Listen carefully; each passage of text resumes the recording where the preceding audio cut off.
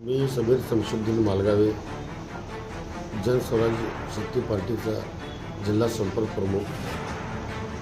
मी माझी आई ह्या प्रभागातून सन 2013 साली निवडणूक लढवून माननीय मदनभाऊ पाटील यांच्या नेतृत्वाखाली जिंकून आलेल्या होत्या। त्यावेळी आम्ही या भागाचा कायापालट करण्याचा प्रयत्न करून मोठमोठी कामे केली।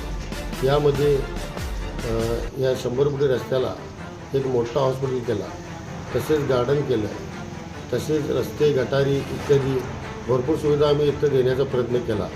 तरी काळ पुरल्या नसल्यानं त्यानंतर आत्ता आम्ही या प्रभाग क्रमांक 2मधून निवडणुकीची इच्छुक आहे। इथे यापूर्वी आम्ही 100 फुटी रोडवर एक मोठा हॉस्पिटल बांधला, तसेच या भागात एक मोठा गार्डन केला, तसेच या भागातील रस्ते गटारी इत्यादी भरपूर सुविधा आम्ही देण्याचा प्रयत्न केला।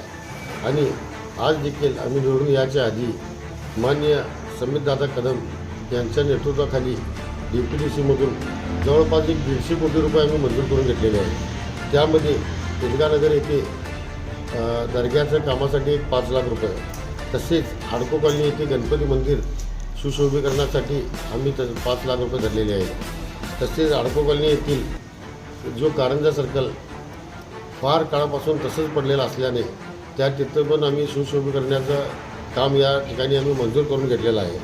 तसेच गवळी प्लॉटचं चौक सुशोभीकरण करत आहोत। तसेच 100 फुटी रस्त्याला दोन्ही बाजूला पेव्हन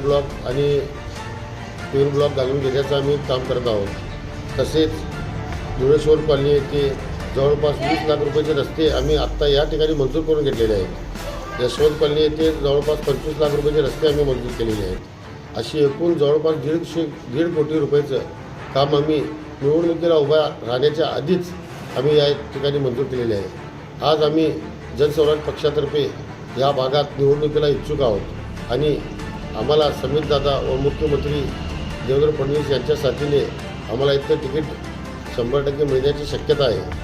तसेच आम्हाला त्यांनी आमच्यावर विश्वास दाखवला आणि त्या विश्वासाला आम्ही सार्थ जाणार आहोत। या भागाचा कायापालट करण्यासाठी आज भाजपा जनस्वराज्य युतीच्या मार्फत तुम्ही सर्व लोकांनी आम्हाला मतदान करून आम्हाला विजयी करावं हेच माझं आव्हान आहे।